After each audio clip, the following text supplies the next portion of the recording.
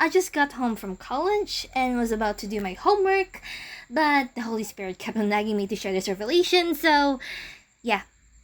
And in the morning watch, the Lord in the pillar of fire and of cloud looked down on the Egyptian forces and threw the Egyptian forces into a panic.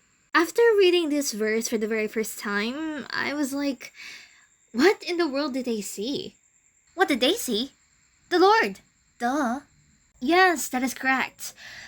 But let's check this out. Then the angel of the Lord, who was going before the houses of Israel, moved and went behind them, and the pillar of cloud moved from before them and stood behind them. Meaning, the Lord that was found within the pillar of fire is the angel of God himself. The what now? The angel of God.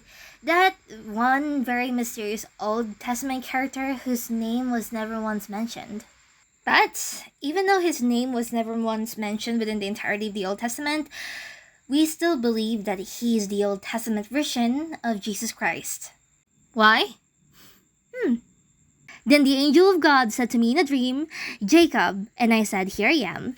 And he said, Lift up your eyes and see, all the goats that make with a flock are striped, spotted, and mottled, for I have seen all that Laban is doing to you. I am the God of Bethel, where you anointed a pillar and made a vow to me.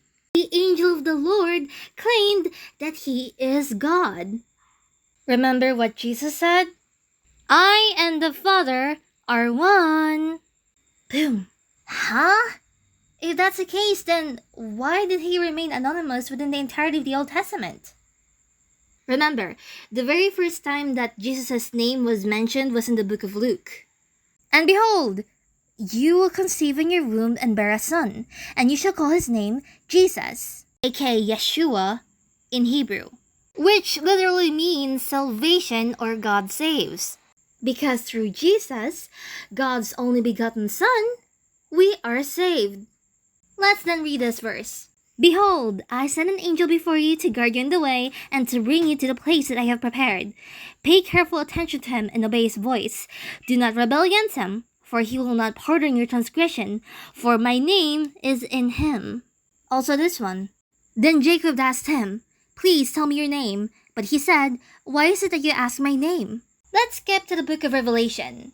Then I saw heaven opened, and behold, a white horse. The one sitting on it is called Faithful and True, and in righteousness he judges and makes war. His eyes are like a flame of fire, and on his head are many diadems, and he has a name written that no one knows but himself. Meaning, the name that we know him as, which is Jesus Christ, is nothing but an alias.